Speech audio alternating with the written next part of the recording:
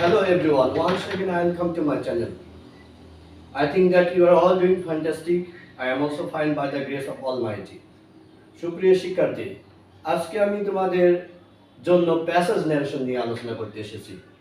Passage ন্যারেশনটা Dhaka board 2020 এবং Sylhet board 2020 এসেছিল। তাহলে নিশ্চয়ই বুঝতে পারছো এটা একটা গুরুত্বপূর্ণ প্যাসেজ ন্যারেশন। আমরা এটা চেষ্টা করব নিয়মের মধ্যে থেকে আমরা কিভাবে এটা সমাধান করতে পারি আমরা সেটা দেখব। চলো দেখা যাক। এখানে প্রথম বলছে Rima said to Seema, why don't you get up early from sleep? তাহলে আমরা দেখছি এটা ইন্টারোগেটিভ বাক্য। তাহলে আমরা অবশ্যই রিপোর্টেড ভার্বের সাবজেক্টটাকে আগেই লিখব। তার মানে আমরা বলছি রিমা। ওকে, এইবার আমরা সেইটাকে আস্কড লিখব, কারণ এটা একটা প্রশ্নবোধক বাক্য। আমরা সেই জন্য সেইটাকে পরিবর্তন করে আমরা লিখব আস্কড, ASKED, আস্কড। পেয়েছো? হ্যাঁ।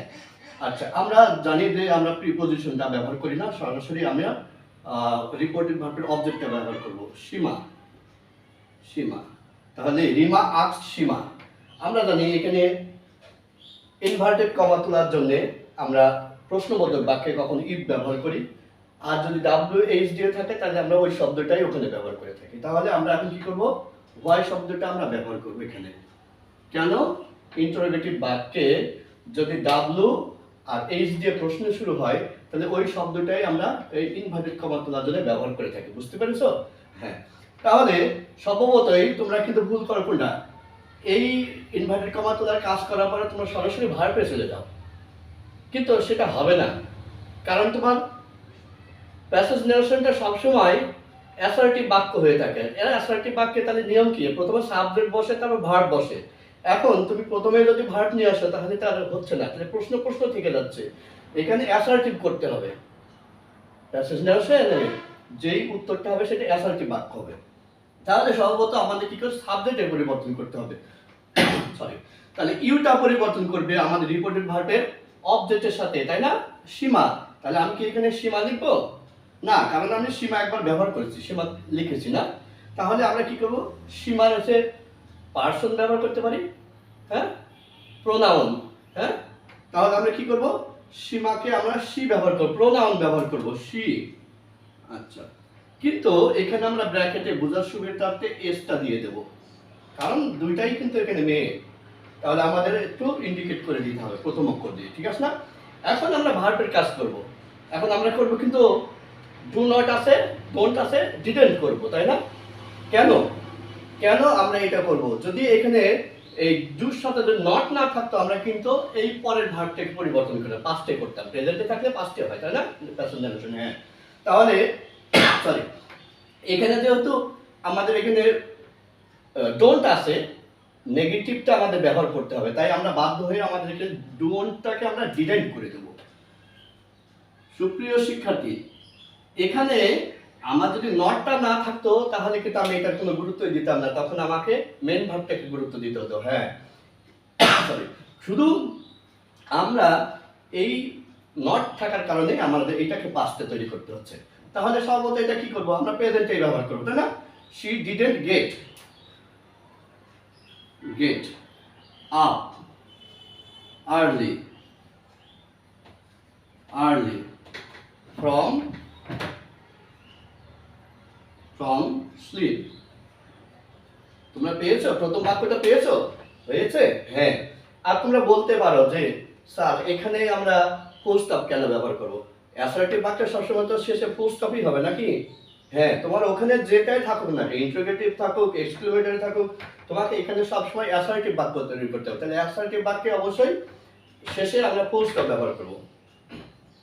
এখন আমরা দ্বিতীয় বাক্যে আসি। সীমা said it is tough for me to leave bed early.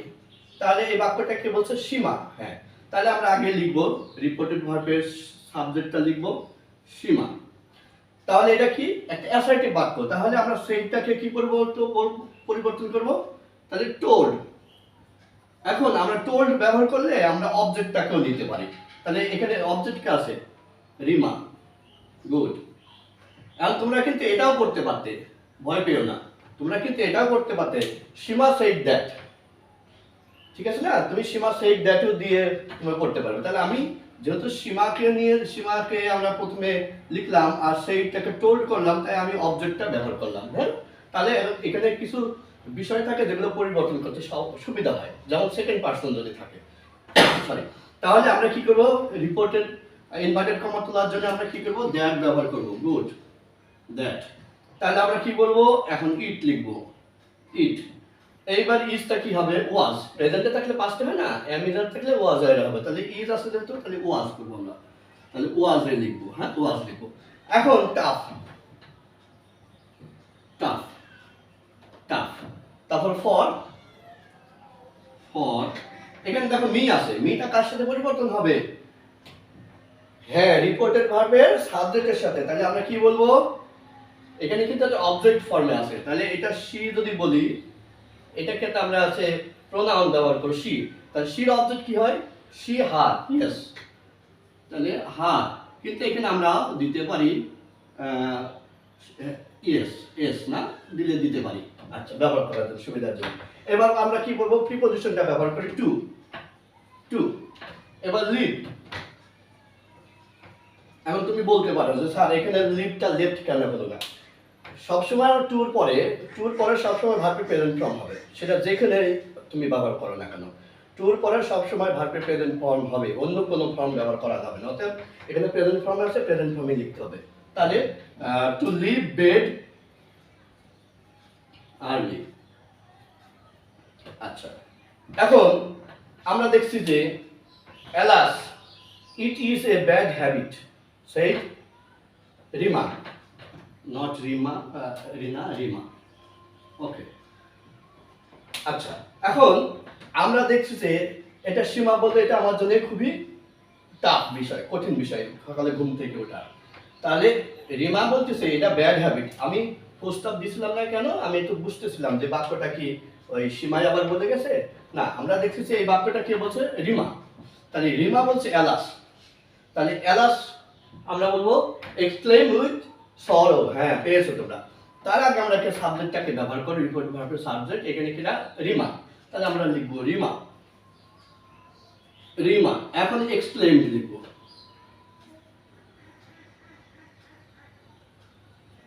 Exclaim with sorrow, sorrow that. এই পর্যন্ত আমরা লিখে যাব না, সরো দ্যাট। পেয়েছো? হ্যাঁ, সরো দ্যাট। এরপরে আমরা কি করব, ইট আছে, ইট। ওকে, ইট। এবার ইজ আছে, is, sorry is, it was, good. প্রেজেন্টে থাকলে পাস্টে করতে হবে। হ্যাঁ, ইট ওয়াজ এ ব্যাড, সরি এখানে লেখা ভুল হয়েছে, না ঠিকই আছে, ঠিক আছে। আচ্ছা, তাহলে হচ্ছে ব্যাড, ব্যাড হ্যাবিট, হ্যাবিট না। হ্যাঁ, আমরা ফুল স্টপ রাখতে পারবো। আচ্ছা, দেখি যদি পরবর্তীতে বাক্যটা দেখে নিই। তাহলে if you leave bed early you can enjoy sound health. কে বলছে? হ্যাঁ, রিমাই বলেছে। তাহলে আমরা, হ্যাঁ তোমরা একটু সাবধান হবে, আমি এত মার্কার করলাম, আমি মুছতে পারলাম। তোমরা যখন খাতায় করবে, পরীক্ষার খাতায় করবে, আগে ফুল স্টপ দেবে না, তোমরা দেখবে পরের বাক্যটা কার। তাহলে এখানে এই বাক্যটাও কিন্তু রিমা বলেছে। তাহলে আমরা বলতে পারি, যেহেতু পরপর বাক্য বলে গেছে, তাহলে আমরা বলবো and said that, and said that. আমরা আর আলাদাভাবে বাক্য না লিখলেও পারি। হ্যাঁ, অ্যান্ড সেইড দ্যাট। তারপর আমরা কি আছে, ইফ থাকলে ইফ লিখলাম, ইফ। এবার কি আছে, ইউটা চেঞ্জ হবে কার সাথে? হ্যাঁ, এইবার কিন্তু একটা বোঝার বিষয় আছে। আমি কিন্তু রিমাকে রিপোর্ট ভার্বের সাবজেক্ট হিসেবে ব্যবহার করছি। অবজেক্টে কে আছে? তাহলে সীমা। হ্যাঁ, তাহলে ইউটা চেঞ্জ হবে সীমার সাথে, তাহলে সি বলবো, কিন্তু ব্র্যাকেটে এস দেবো, ঠিক আছে না? হ্যাঁ, আচ্ছা, তাহলে এটা চেঞ্জ করা, লিভ আছে তাহলে লেফট, এল ই এফ টি। ওকে, লেফট। তারপরে আছে বেড, বেড আর্লি, আর্লি। আচ্ছা, তারপরে আমরা কমা আছে, কমায় রাখবো। এবার ইউটা আবার কি চেঞ্জ হবে? আবার সি হবে। হ্যাঁ, সি হবে, কিন্তু ব্র্যাকেটে কি দেব?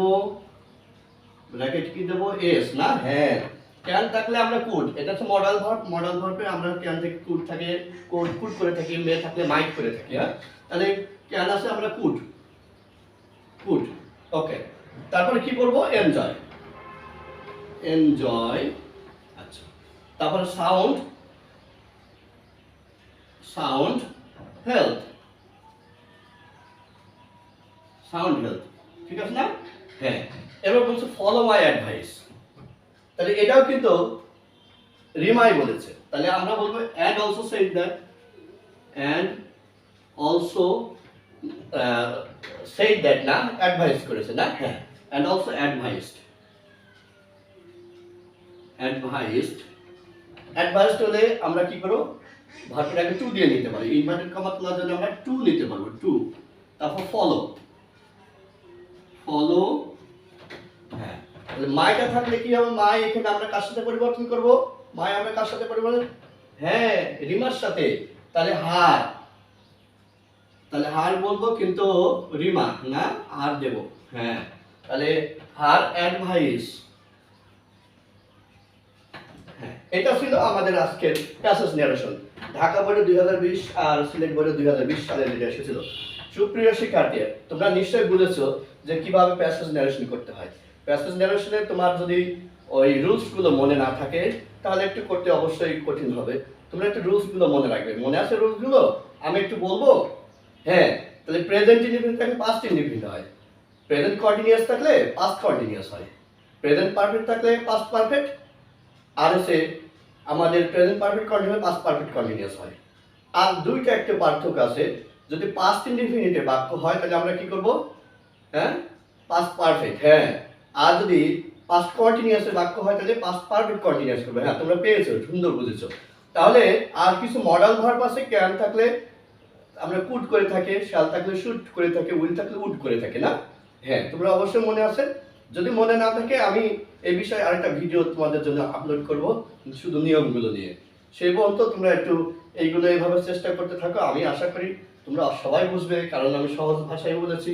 প্রেজেন্টে থাকলে পাস্টে করতে হয়, এখানে কিন্তু সবগুলো প্রেজেন্টেই আছে। তাহলে প্রেজেন্টে থাকলে আমাদের পাস্টে করতে হয়, এইটুকু মনে রাখবে। তাহলে তোমরা ওই, আর সেকেন্ড পারসন যেহেতু আমাদের রিপোর্টেড ভার্বের অবজেক্টের সাথে পরিবর্তন হয় সেগুলোও তোমরা জানবে, আর বাকিগুলো আমাদের সাবজেক্টের সাথে পরিবর্তন হয়। এইগুলো জানতে পারলে, জানলে তোমাদের জন্য অবশ্যই সুবিধা হবে। তা সেই পর্যন্ত তোমাদের সার্বিক মঙ্গল কামনা করি। যতদিন তোমরা হচ্ছে শিখতে চাইবে, শিখতে পারবে, কারণ শেখার কিন্তু শেষ নাই। তুমি যত জানবে ততই তোমার জন্য ভালো হবে। আমি আশা করি তোমরা ভবিষ্যতে অনেক ভালো করবে। সেই পর্যন্ত তোমাদের মঙ্গল কামনা করে আমি সুশীল বিদায় নিচ্ছি। Bye bye.